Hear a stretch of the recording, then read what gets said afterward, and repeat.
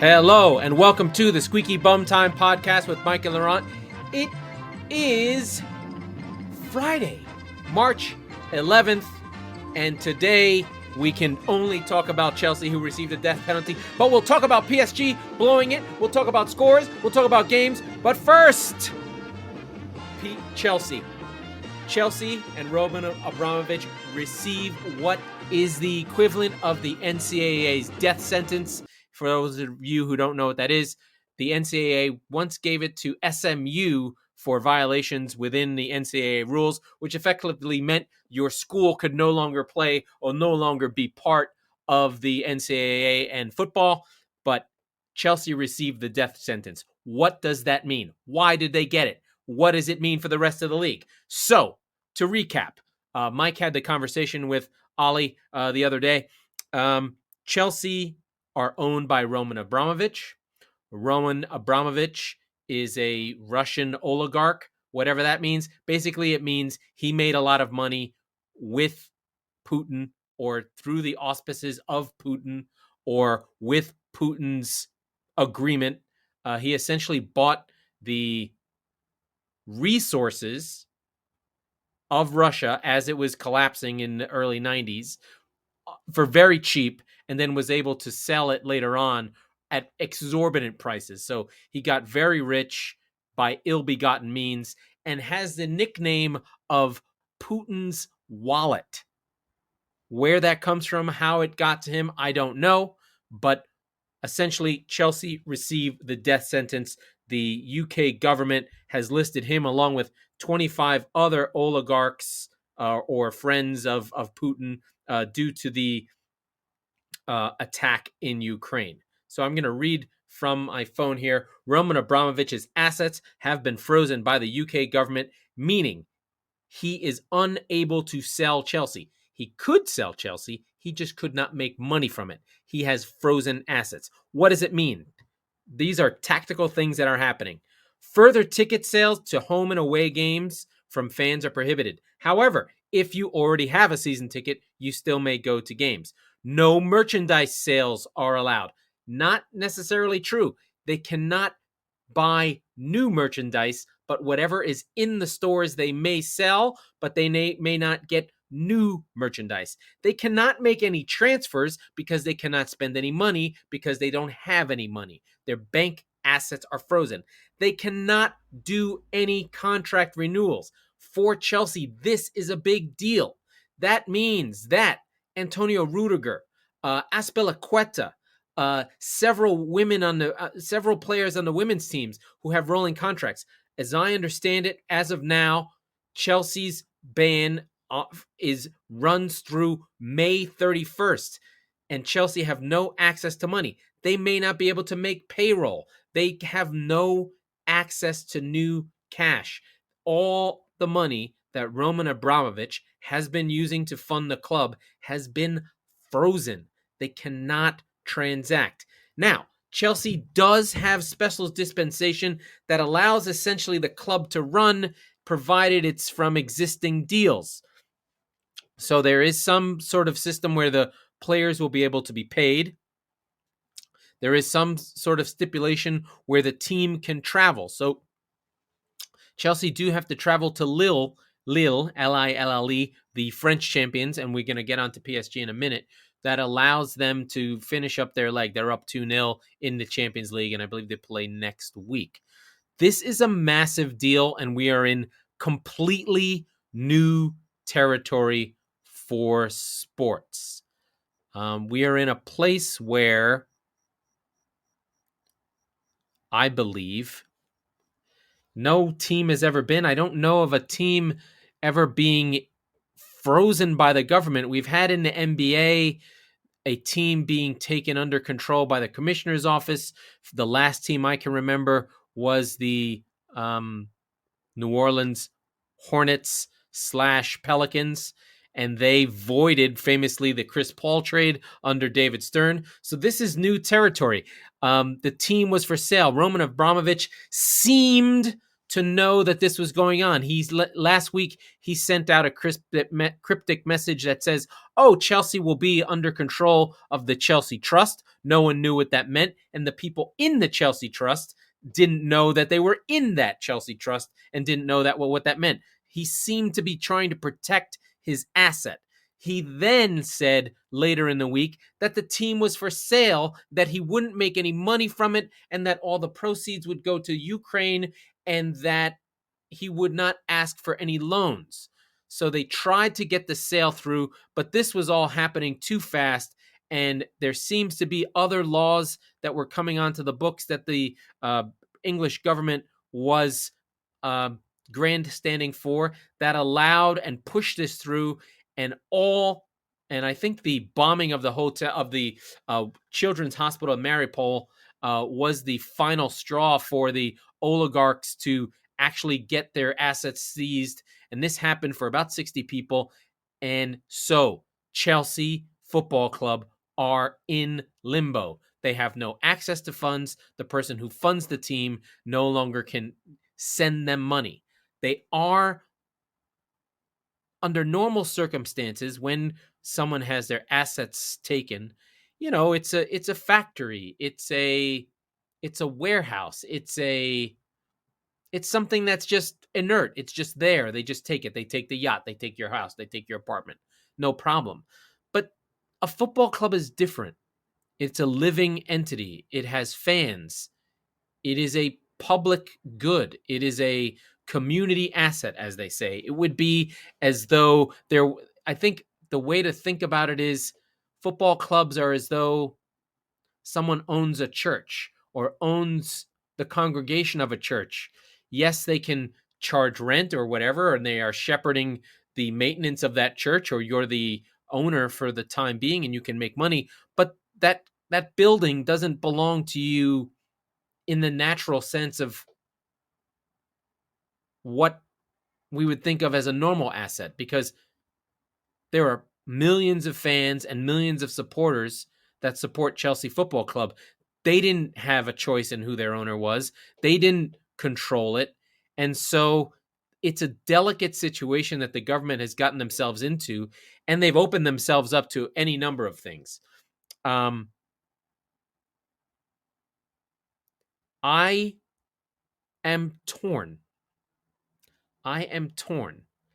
What do I think about this, right? What do I think is happening? I am torn because this is a dangerous precedent to set. Now, these are mitigating circumstances. We have Putin invading Ukraine. We have Abramovich's direct ties to Putin. There was an investigation within the last 10 years or 5 years that said they weren't direct or what have you. I think it's pretty clear. I don't think if Chelsea fans really can search their heart, they know that Abramovich got that money through ill-begotten means.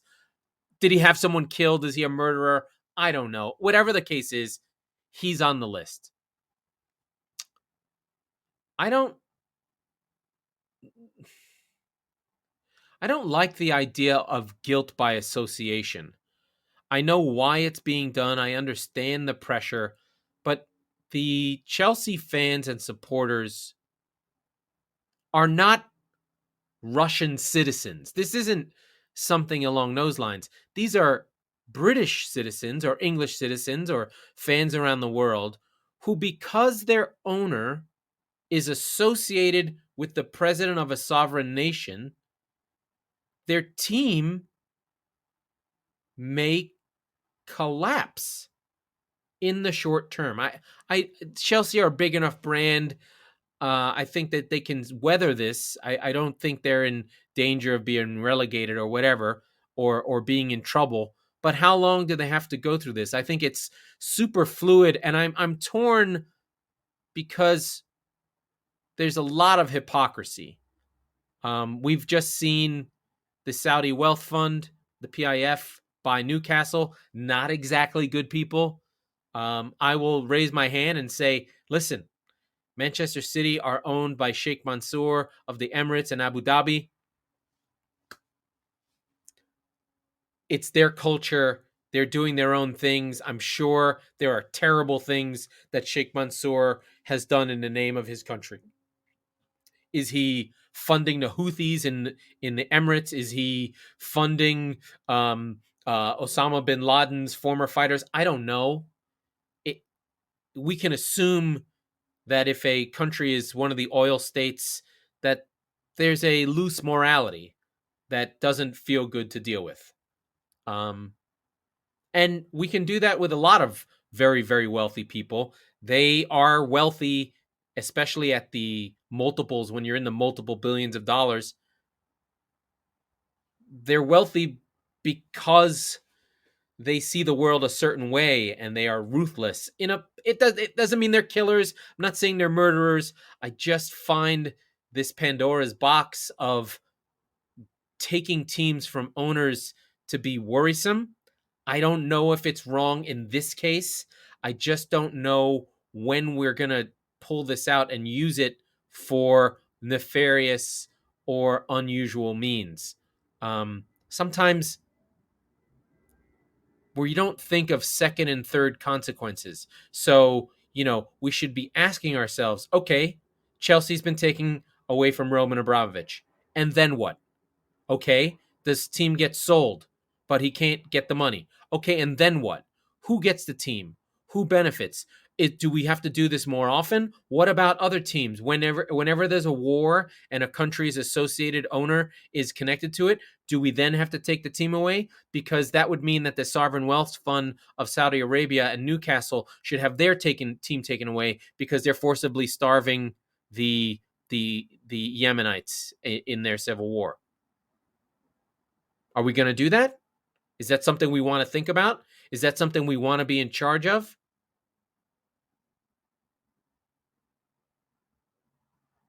A lot of fan groups and your pie in the sky folks are now, oh, we need to go to the German 1% ownership. This is what the Premier League has wrought with its billionaire owners. That might be true. That might be true. There's other ways to fund teams. There's other ways to handle football. Or the Premier League just keeps on going on the way it is. These things, we want to stick to sports as often as possible, but society is reflected in sport. And there are oligarchs that own teams.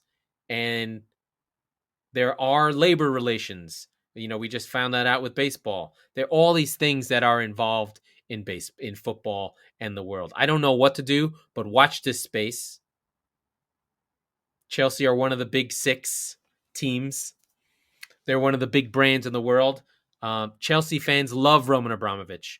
They have been singing his names at the games. And I don't blame them for it.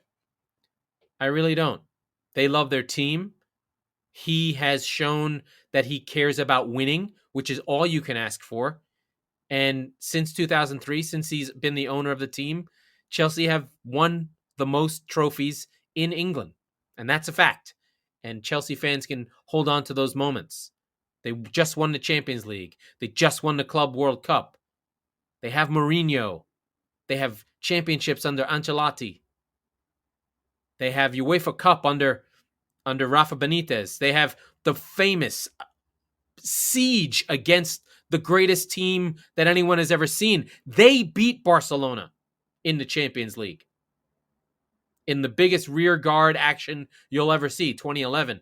And then they stood and withstood another attack from Bayern Munich and won the Champions League that season as well. Conte won a league with them. Mourinho came back. It was against Liverpool that the slip happened. It was against Chelsea that the world famous Gerrard slip at Anfield happens. And Mourinho reveled in it. Chelsea are there. They're part of the fabric of the Premier League, and the fans get to revel in those moments.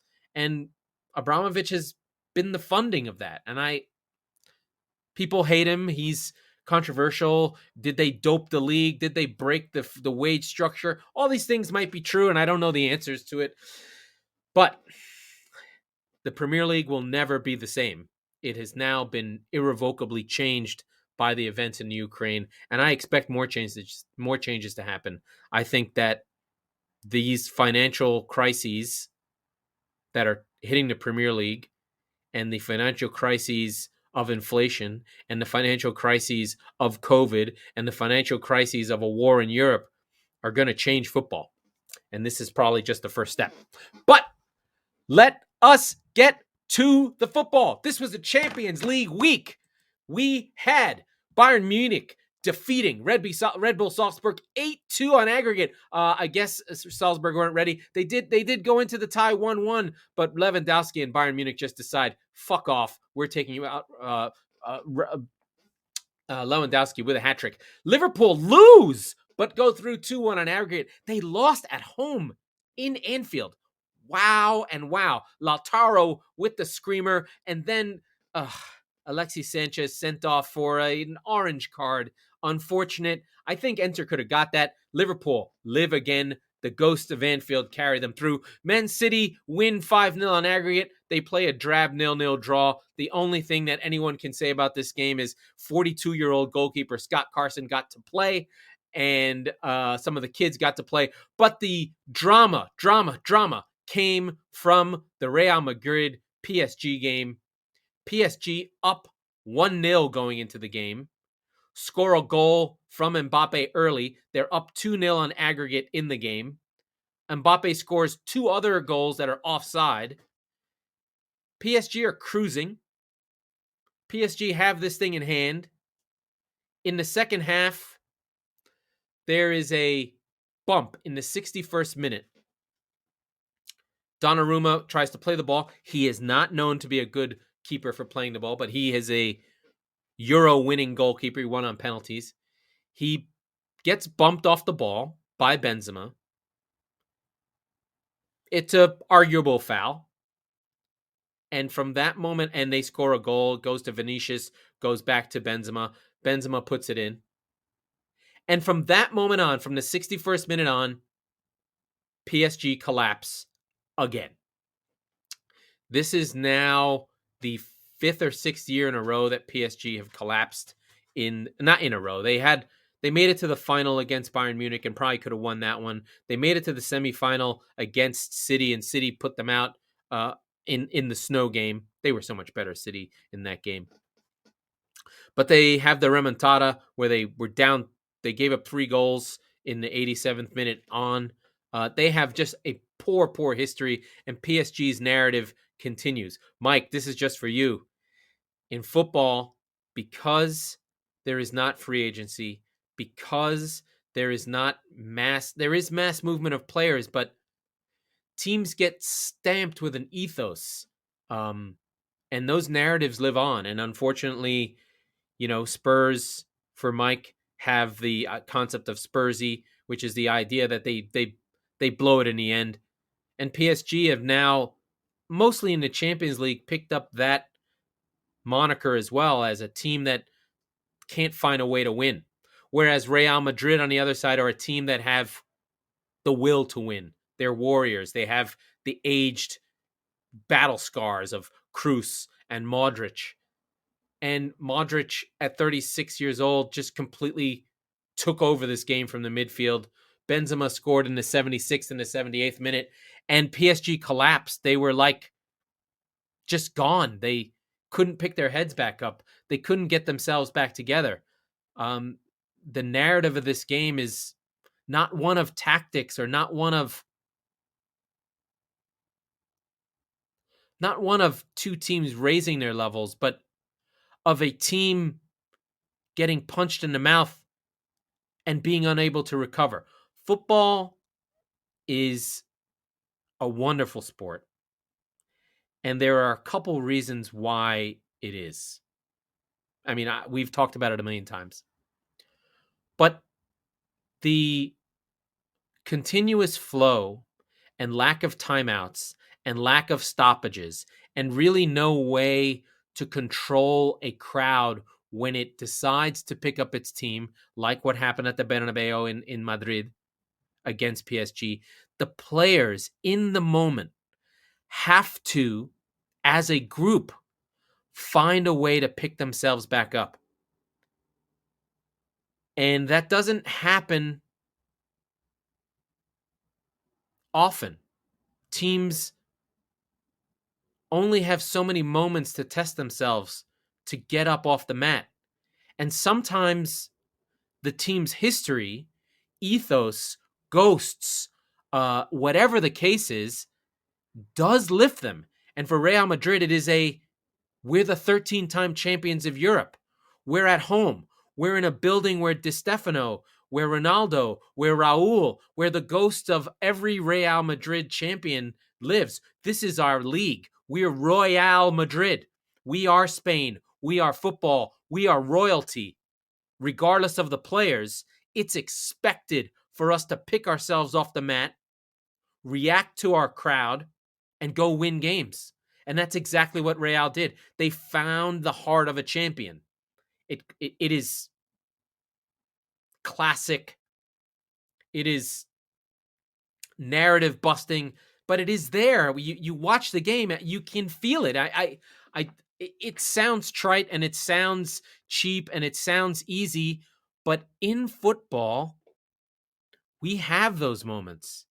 And what we have in PSG is a nouveau riche, a ill-begotten gains team, a team that is less than the sum of its parts, a team that's not connected to each other, a team that doesn't play as a unit, a team that thinks that it can get the greatest player of a generation on it and that makes it better, when in fact it doesn't. Teams need to suffer together. Teams need to fight together. And PSG have been, unfortunately, regardless of coach, from Laurent Blanc to Pochettino to Tuchel to Ancelotti, they've all been unable to lift this team and bound a unit together because the players on the team know they can go around and go to the owner. And so the structure of the team doesn't allow for the manager or the leader to lead his team. And so you see these disjointed performances where they get punched in the mouth and they go down. And, it was not an Mbappe thing, but this was the end of Mbappe at PSG. He will leave. He will go to Real Madrid. He will play with Benzema, and the legend and the power of the royalty of football will live on. The whites, the blancos, the madristas will carry on, and they're not going to win the Champions League. Real Madrid is not good enough to win the Champions League. They will lose to a team that also plays as a unit. It will be Bayern. It will be Liverpool. It will be City, who can defeat this grizzled lion of a team that is Real Madrid. I would expect them to go out, but they take a big scalp. And, for the royalty of football, they continue. Liverpool goes through. Bayern Munich goes through. Next week, we'll see Man United and Atletico and Juventus and Chelsea and Ajax try and get through. Ajax having the toughest road with a 2-2 aggregate.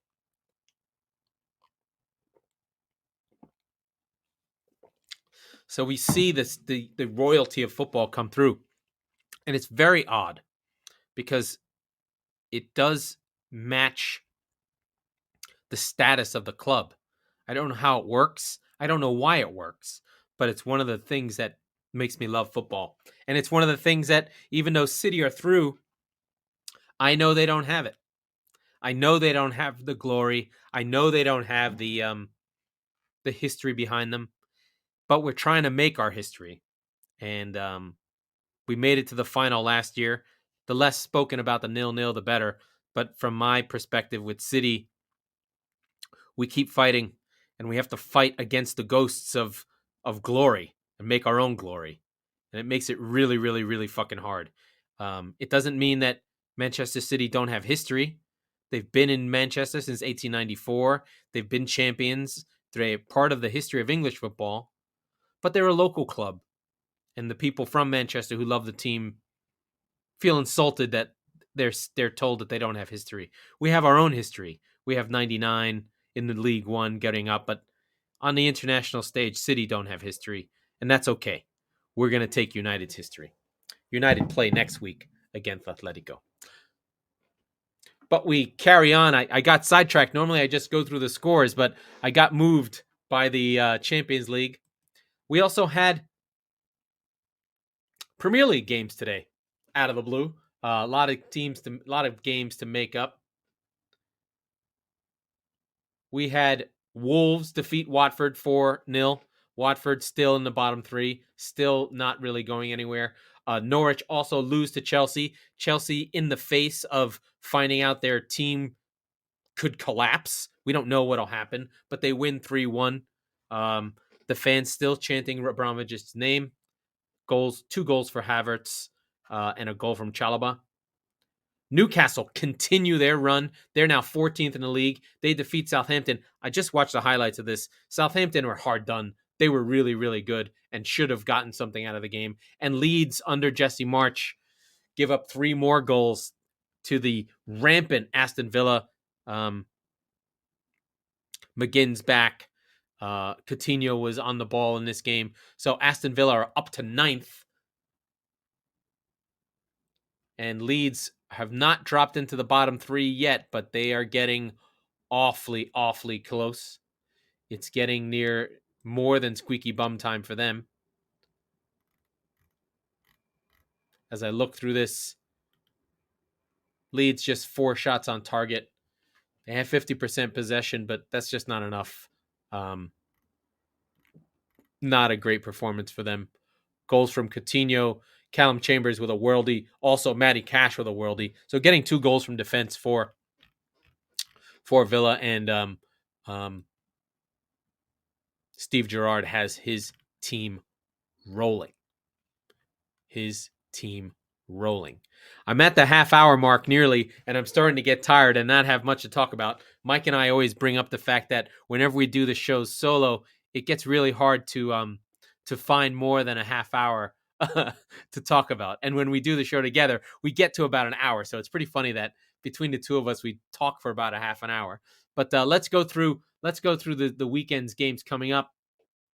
We have Brighton, Liverpool, Burnley, Brentford, and a 6-pointer. The mighty Spurs versus Man United. But then the whole schedule is on Sunday, all at 2 p.m. Chelsea, Newcastle. That game gets really tough now. That'll be the first test for Newcastle. Southampton versus Watford. Watford should go down. West Ham, Villa in the battle of Claret and Blues. That should be a good game as well. I really love what Gerrard's doing. Everton, Wolves. Everton need a win desperately. They could be in trouble. Leeds versus Norwich. 6-pointer there. And then to end the week, we have Arsenal versus Leicester City. All the top 4 still up for grabs. Let's go through that as well. City with the 6-point lead over Liverpool, who have a game in hand. We don't know what's going to happen there. This will all be decided on April 10th. Chelsea are in 3rd, but we don't know if they'll be able to circle the wagons on what's going on with them. Are they going to be able to make payroll? Are players going to be looking for a way out? Jamie Carragher is already talking about Thomas Tuchel leaving and taking the Man United job. I mean, they're going to pick the bone. If Chelsea have an economic problem, they will be picked clean of their players. The first one to go will be Rudiger. He'll go to United. United in 5th, West Ham in 6th, followed by Spurs, who have 2 games in hand on 45. There we have our Spice Boy crew in the middle of the pack there, basically from 14 to 9. They're all kind of in the same spot, but Newcastle are pushing to break into the party, and Brighton are sitting there wishing they never sold Dan Burn. And then the bottom 4, Leeds, Everton, Burnley, Watford, Norwich. Between Burnley, Everton, and Leeds, one of them is going to go down. Burnley look strong on paper. Everton are too big of a club. Leeds look like the one to fall into that group. Burnley have 2 games in hand, but and Leeds only have a 2-point lead. I don't trust Jesse March. I do trust Dyche. You could see Leeds going down if they don't right the ship. The last performance was good against Leicester, and they were hard done not to get a result, but today's was worse.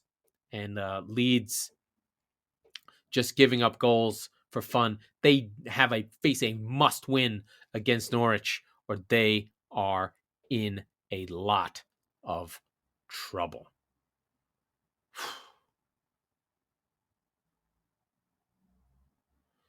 I do want to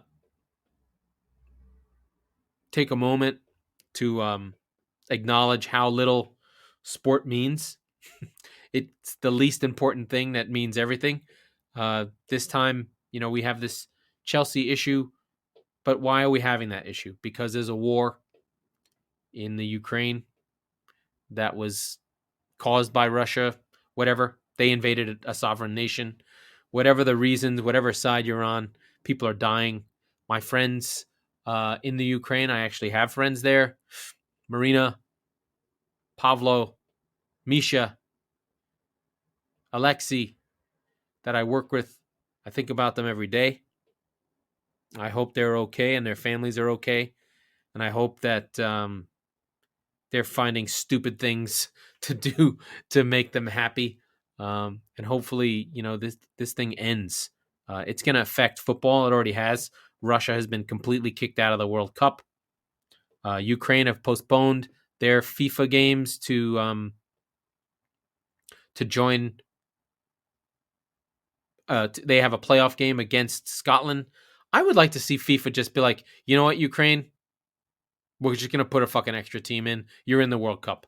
It's those sorts of things that are so little that can be done that could give a country so much hope.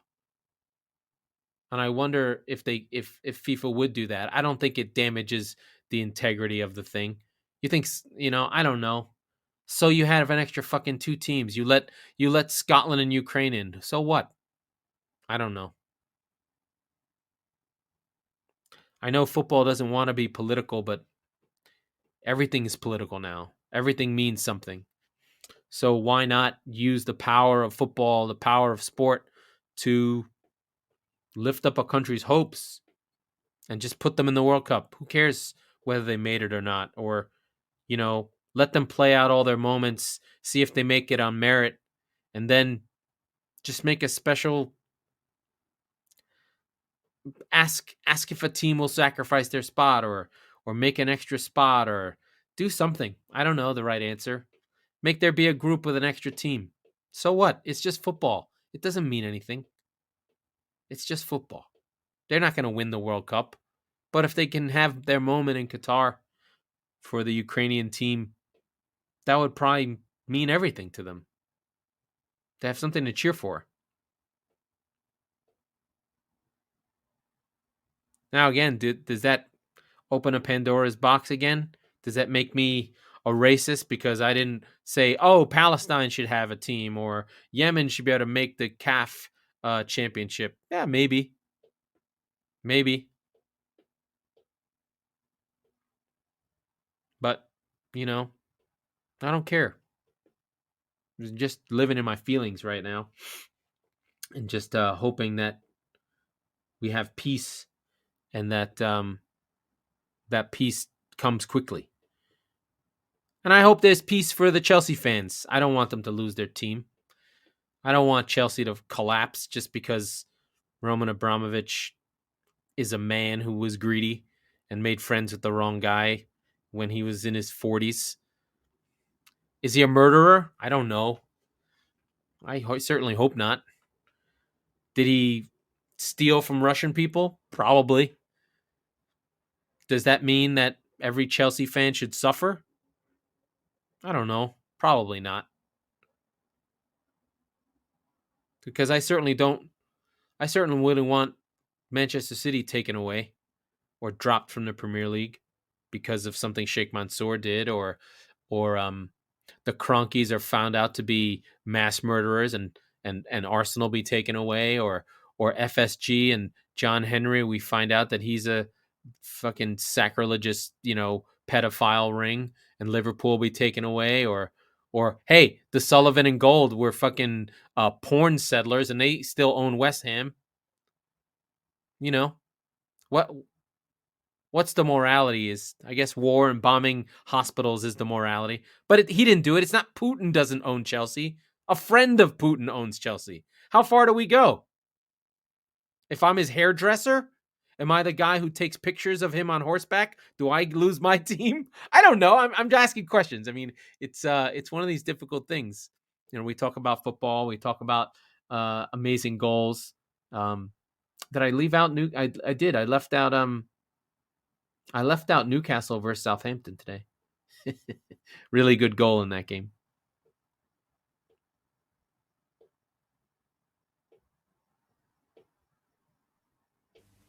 I don't know. Okay, I'm going to wrap it up. That was the Squeaky Bum Time Podcast without Mike, but with Laurent. We record the show on Tuesdays and Fridays. We hope for peace. We hope you'll leave a review. We thank everyone who follows the show, especially the Chop Sports Network and Fan Hub. We will see you on